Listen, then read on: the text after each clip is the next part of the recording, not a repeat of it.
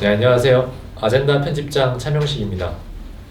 아젠다는 길드다의 월간 메일링 서비스로 매월 10,000원 그리고 연간 할인 포함 10만 원에 길드다 청년들의 다양한 목소리가 담긴 여러 가지 컨텐츠들을 메일로 보내드리고 있습니다. 때로는 지금 일어나고 있는 사건들에 대한 시사적인 일들에 대한 길드다 청년들의 의견이 담기기도 하고요. 때로는 고전이나 아니면 영화, 다양한 다른 외부 컨텐츠들에 대한 길드다 친구들의 의견이 담기기도 합니다. 이번 아젠다 4월호에는요, 총 7개의 컨텐츠가 실렸는데요.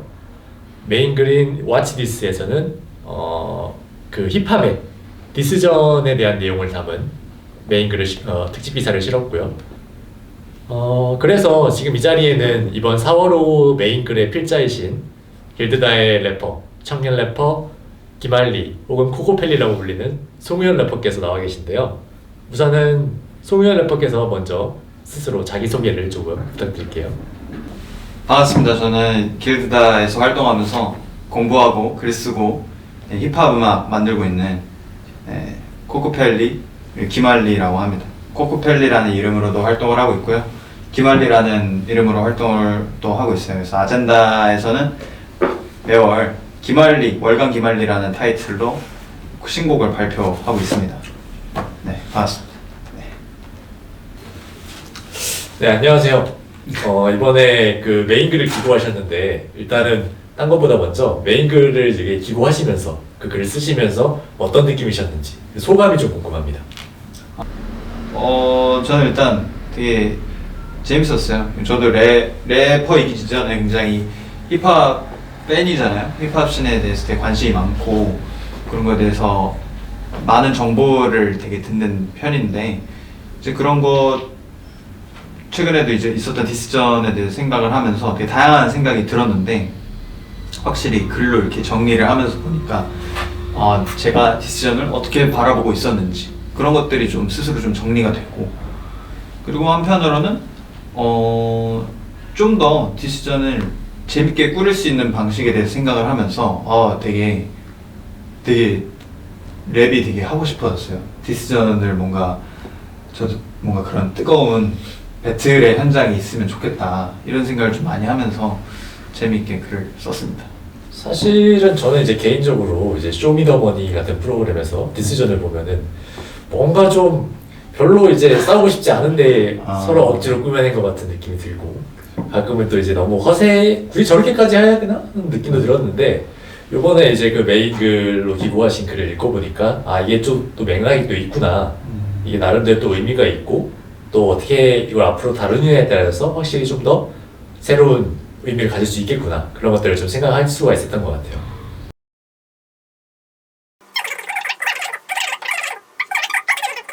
그런 역할을 한다고 생각하시는지 그런 게 궁금하다고 이제 질문을 주셨거든요.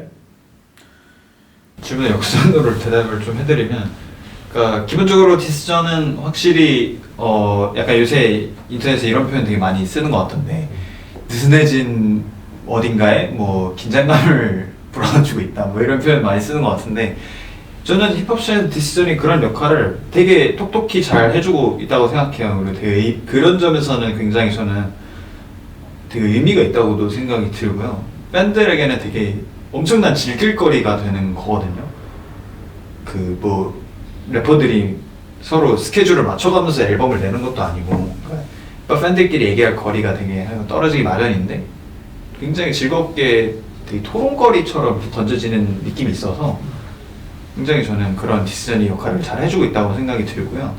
언어적 권투라는 표현은 사실 제가 만든 표현은 아니고 그 래퍼 싱스 씨가 처음 쓴 표현인데 확실히 저도 그 언어 권투라는 게 되게 디스전의 양상을 되게 잘 담아주고 있다고 생각해요. 특히 이제 그 디스전의 첫 어떤 디스전이 처음 생겨난 맥락과는 어느 정도 차이가 있는 경향의 표현이긴 하지만 그럼에도 현재 디스전의 어떤 양상을 되게 잘 보여주는 서로의 권투가 정말 둘이 너무 싫어서 악감정을 가지고 싸우는 경기는 아니잖아요. 물론 그런 거에 대한 몰입을 굉장히 하고 싸운다고 들었는데 약간 그런 종류의 권투이지 않을까. 그런 점에서는 어떤 변형된 처음 디시전이 만들어진 것과는 조금 달라진 맥락이 있지만 그런 맥락이 되게 잘 살아있는 게 아닌가. 그래서 네, 처음 디시전의 맥락이 어떤지 궁금하시다면 아젠다를 구독해 주시면 좋을 것 같습니다. 네, 잘 들었습니다. 그럼 두 번째 질문으로 넘어갈게요. 그 메인 글을 마무리하시면서 이렇게 말씀을 하셨어요. 이 힙합의 디스전이 네. 어떤 공론장의 역할을 할 수 있는 방향으로 발전을 할 수 있었으면 좋겠다. 이렇게 말씀을 하시면서 몇 가지 그 공론장에서 다뤄질 수 있는 예시 같은 걸 들어주셨는데, 이 질문해 주신 분께서 그러면은 그 공론장을 아예 여기서 지금 열어보면 어떻겠느냐 라고 하시면서 네. 직접적으로 이걸 물어봐달라고 하셨어요. 그러니까 메인글 마지막 부분의 질문, 그 빠른 랩은 정말로 그루브가 없는가, 그리고 그 그거에 대해서 어떻게 생각하시는지, 그리고 덧붙여서 그루브가 정확히 어떤 거라고 생각하시는지 그것까지 좀 같이 얘기를 해주시면 좋을 것 같아요. 네, 일단 공론장 저도 열고 싶은데 공론장이라는 게 혼자 제가 한다고 되는 게 아니라서, 그러니까 뭔가 여러 사람들의 호응이 있다면 저도 얼마든지 열고 싶은 마음이 좀 있고요. 그루브라는 거에 대해서 저도 별 생각 없이 그 단어를 써왔거든요. 그래서 이번 글 쓰면서 사실 그거에 대해서 좀 다시 생각해 보게 됐어요. 근데 뭔가 그렇다고 엄청 깊은 뭔가 인문학적인 방식의 그런 그루브의 새로운 정의 막 이런 거를 내리는 건 아니지만, 그냥 저는 어떤 그런 되게 느낌적으로 생각을 하고 있었는데, 약간 어떤 리드미컬한, 결국에는 어떤 전 아직도 그런 느낌의 영역으로서 쓰는 표현인 것 같긴 해요. 리듬이 주는 어떤 그런 부드러움, 그 흐름, 플로우, 약간 이런 느낌으로 저는 생각을 하고 있거든요. 근데 그렇다고 생각했을 때 빠른 랩이 그루브가 없냐라고 물으면은 저는 그건 아니라고 생각을 해요. 빠른 랩도 그루브가 당연히 저는 있다고 생각하고, 대신 그 그루브에 빠르다 보니까 그 그루브의 디테일을 살리기는 되게 힘든 부분이 있다고 생각을 하는 거죠. 그렇기 때문에 빠른 랩은 다 그루브가 없다, 이런 의견은 전 동일하지 않습니다. 그러면은 네. 청자 입장에서 네. 사실은 저는 이렇게 힙합을 자주 이렇게 즐겨 듣는 편은 아닌데, 그래도 이제 괜찮다고 생각하는 힙합 곡들이 있는데, 근데 그 곡들은 사실은 되게 느린 편이 많더라고요. 왜냐면은 네. 제가 곡이 빠를수록 편집장님이 좋아하는 네네네네. 곡 중에 네. 빠를수록 이제 가사를 알아듣기가 너무 힘들고, 가사를, 그리고 이제 같은 그루브를 타려고 해도 이렇게 다 놓치기가 너무 쉽게 놓치는 거예요. 한 번 놓치면은 따라가기가 너무 힘들어요. 네. 그러면 어떤 그 대중을 대상으로 했을 때 어떤 그 빠른 랩의 그루브, 아까 빠른 랩의 그루브를 살리기 어렵다고 하셨는데, 이게 대중이 어떤 대상이 됐을 때는 이런 것들을 어떻게 생각하시는지.